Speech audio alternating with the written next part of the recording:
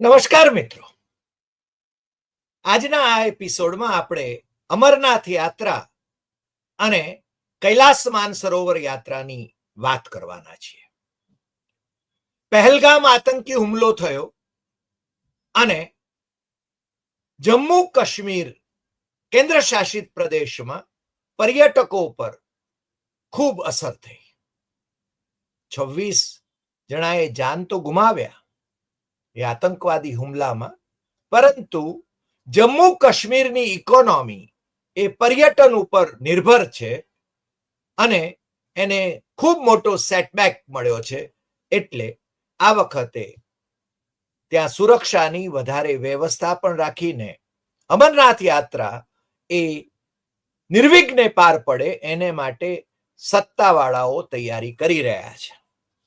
આમ તો તમને ખ્યાલ છે કે કેન્દ્ર શાસિત પ્રદેશ છે એટલે ત્યાંની સુરક્ષાની સઘળી જવાબદારી એ કેન્દ્ર સરકારની છે, ગૃહમંત્રી અમિત શાહની છે અને ત્યાં જે લેફ્ટનન્ટ ગવર્નર છે મનોજ સિન્હા એમની સવિશેષ છે.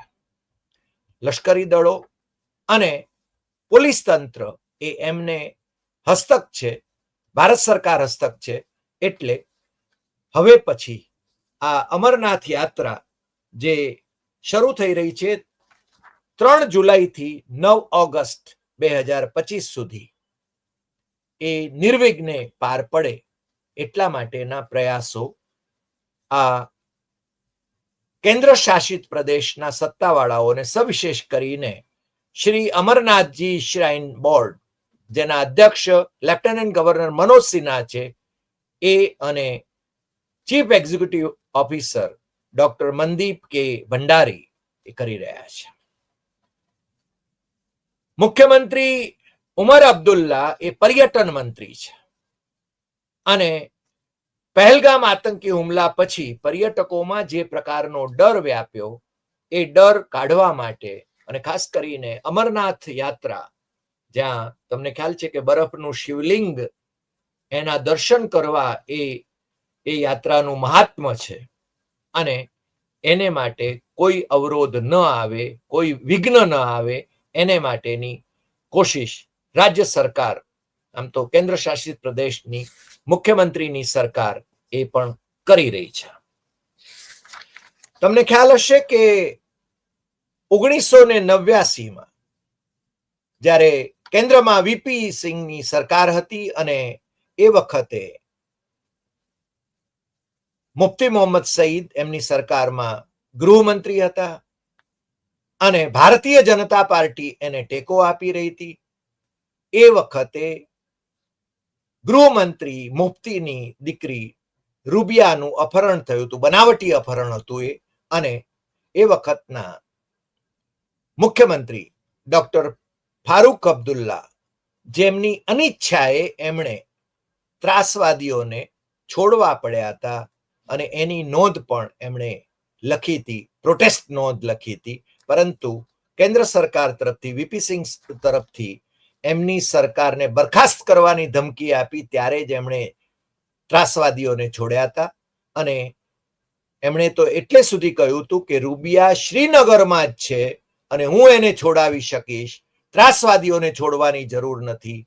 પરંતુ એ વખતે કેન્દ્ર સરકારના આદેશ મુજબ એમણે ત્રાસવાદીઓને છોડવા પડ્યા અને ત્યારથી ત્રાસવાદીઓનું, આતંકવાદીઓનું મનોબળ એટલું મજબૂત થઈ ગયું કે એ પછી કાશ્મીરી પંડિતોની હિજરત એ ઘટનાક્રમ શરૂ થયો, ત્યાં આતંકવાદ વણસવા માંડ્યો.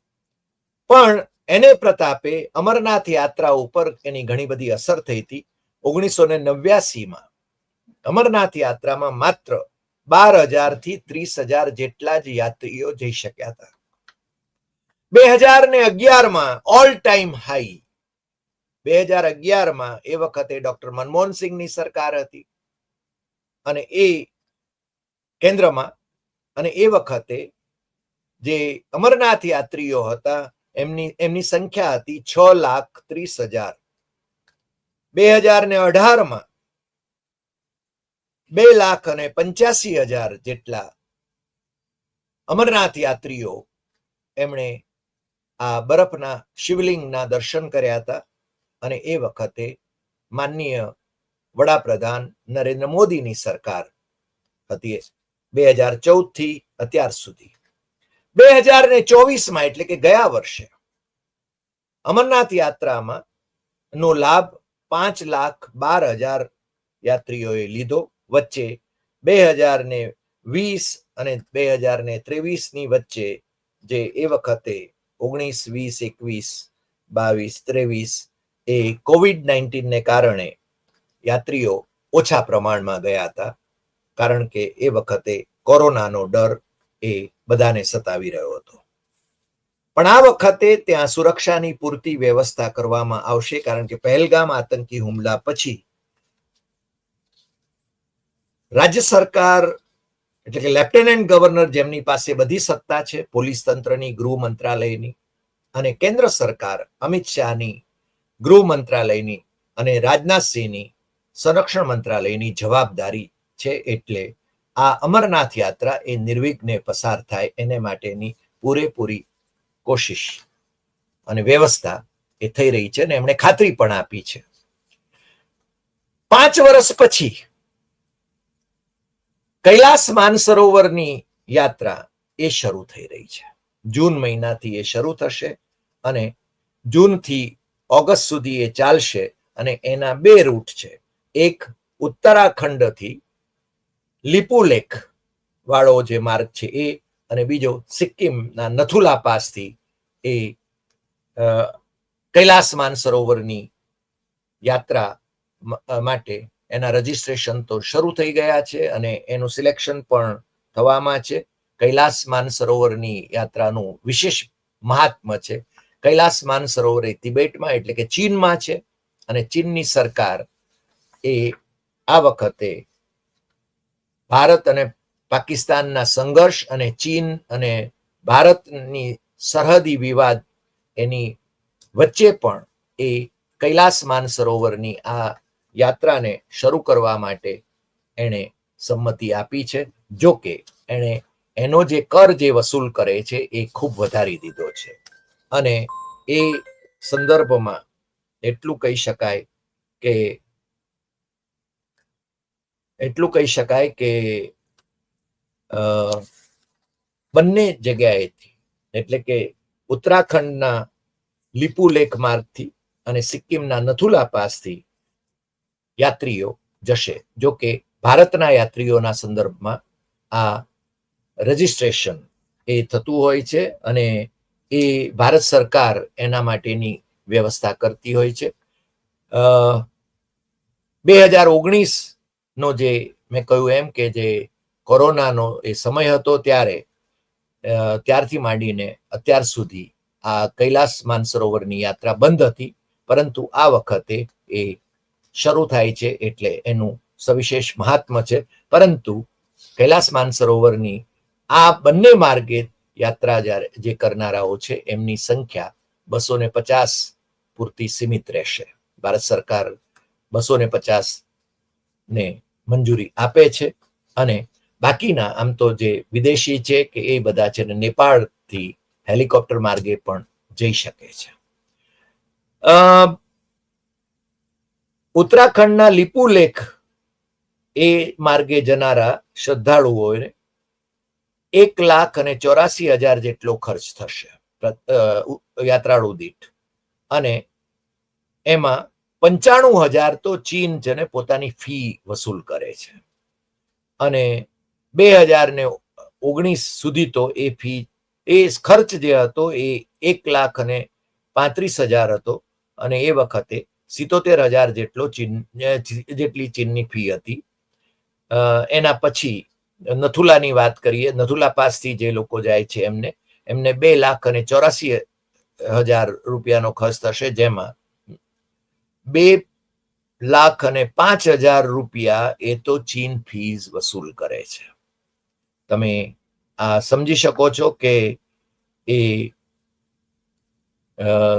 આમ તો મોંઘી યાત્રા પણ બની છે, પરંતુ શ્રદ્ધાળુઓ માટે મોંઘી બની હોય, ધારો કે 17,000 થી 25,000 જેટલી મોંઘી બની હોય તો પણ એ જીવનમાં એકવાર કૈલાસ માનસરોવરની યાત્રાએ જવાનું એમનું સ્વપ્ન હોય છે અને એ સ્વપ્નની પૂર્તિ માટે જે એ અરજીઓ કરે છે ને એમાંથી એમનું સિલેક્શન થાય તો એને માટે એ તૈયાર હોય છે. તમને ખ્યાલ છે કે આ જે નથુલા પાસનો સિક્કિમ માર્ગે જવાનો જે છે, તમને આ વખતે સંયોગ કેવો છે કે સિક્કિમ રાજ્યના 50 વર્ષ થઈ રહ્યા છે અને માનનીય વડાપ્રધાન નરેન્દ્ર મોદીએ એની ઉજવણીની વાત પણ કરી છે. અને તમને ખ્યાલ હશે કે 1975માં સિક્કિમને માનનીય વડાપ્રધાન ઇન્દિરા ગાંધીએ ત્યાં જન્મત લઈને ભારત સાથે જોડ્યું હતું. એટલે કે ભારતનો જે નકશો સરદાર વલ્લભભાઈ પટેલે તૈયાર કર્યો હતો, બધા રજવાડાઓને 565 રજવાડાઓને જોડીને, એ નકશામાં ઇન્દિરા ગાંધીએ સિક્કિમનું ઉમેરણ પણ કર્યું હતું. અને એ 1975માં થયેલું. આ વખતે 2025 એટલે કે એના 50 વર્ષ થઈ રહ્યા છે, એની પણ ઉજવણીનું એક મહાત્મ્ય છે. અને નથુલા પાસ થી ધારો કે આપણા કૈલાસ યાત્રા માટે, કૈલાસ માનસરોવરની યાત્રા માટે જે લોકો જાય છે એમને માટે પણ એનું સવિશેષ મહત્વ છે. ને ત્યાંની સરકાર પણ, સિક્કિમની સરકાર પણ ખૂબ વ્યવસ્થા અત્યારે આદરી રહી છે. છેલ્લે મારે જે વાત કરવાની છે એમાં લીપુ લેક થી કૈલાસ માનસરોવરની યાત્રાના એ હવે 23 દિવસ લાગશે. અગાઉ 20 થી 21 દિવસ લાગતા હતા. દિલ્હીમાં 12 દિવસ એમણે યાત્રીઓએ ગુજારવા પડે, એટલે એમને પસાર કરવા પડે છે. 9 દિવસ એ તિબેટમાં પસાર કરી શકે. આપણા ઘણા બધાને એમ છે કે તિબેટ એક સ્વતંત્ર દેશ છે. ના, સ્વતંત્ર દેશ નથી. 2003માં માનનીય વડાપ્રધાન અટલ બિહારી વાજપેયી ચીનની મુલાકાતે ગયા હતા, ત્યારે એમણે છે ને આ તિબેટ એ ચીનનું અવિભાજ્ય અંગ છે એવી કબૂલાત આપી હતી. ને એની સામે આપણી સરહદના વિવાદમાં કેટલાક નથુલા પાસ ને ખુલ્લો કરવાની બાબત એ સહિતની કેટલીક બાબતો ચીન પાસે મંજૂર કરાવી હતી. નથુલા થી જે લોકો જાય છે એ એમને 25 દિવસ લાગશે અને પહેલા એ 23 દિવસ લાગતા હતા. આમાં એ લોકો 10 દિવસ તિબેટમાં અને 15 દિવસ ભારતમાં પસાર કરશે. આમ 250 જણા એ યાત્રા, કારણ કે આ ચીન જેને મંજૂરી આપે છે, જેટલાને મંજૂરી આપે છે, એને ભારત સરકાર એ ત્યાં ડ્રો કરીને એમને આ યાત્રાએ મોકલવા માટેની વ્યવસ્થા કરે છે. અને એમને પોતાનું રજીસ્ટ્રેશન અને એ જે કંઈ સંબંધિત ફીસ એ ભરવાની હોય છે. ત્યાં આરોગ્યની દ્રષ્ટિએ પણ જે લોકો સક્ષમ હોય એવા લોકોને જ ત્યાં જવાની છૂટ મળે છે. મેં કહ્યું એમ કે નેપાળ માર્ગે જવાની, ધારો કે મૂળ ભારતીયો હોય પણ વિદેશમાં વસતા હોય એવા ભારતીયોને એ નેપાળ માર્ગે જવાની પણ છૂટ મળે છે. મને લાગે છે કે જેમ સત્તાવાળાઓએ જાહેર કર્યું છે કે આ વખતે આ બંને યાત્રાઓ એ નિર્વિઘ્ને પસાર થશે અને એને માટે એ કટિબદ્ધ છે. આપણે પણ એવું માનીએ કે આપણે કોઈ જાતનો ડર રાખ્યા વિના, ચિંતા કર્યા વિના અમરનાથ યાત્રાએ પણ જવું અને કૈલાસ માનસરોવરની યાત્રાના જે યાત્રાળુઓ 250 યાત્રાળુઓ જશે, એ યાત્રાળુઓ એ પણ સુખરૂપ યાત્રા પૂરી કરીને આવશે એવી આપણને શ્રદ્ધા છે. આજે આટલી વાત. ફરી મળીશું નવા એપિસોડમાં નવા વિષય સાથે. તમને જો આ એપિસોડની માહિતી ઉપયોગી લાગે તો સૌથી વધુ શેર કરશો, લાઈક કરશો, કમેન્ટ કરશો અને આપણી યુટ્યુબ ચેનલ ડોક્ટર હરિદેસાઈ સત્યમેવમ તથ્યમ એ સબસ્ક્રાઇબ કરવા માટે મિત્રોને દેશમાં અને વિદેશમાં જરૂર જણાવશો. નમસ્કાર.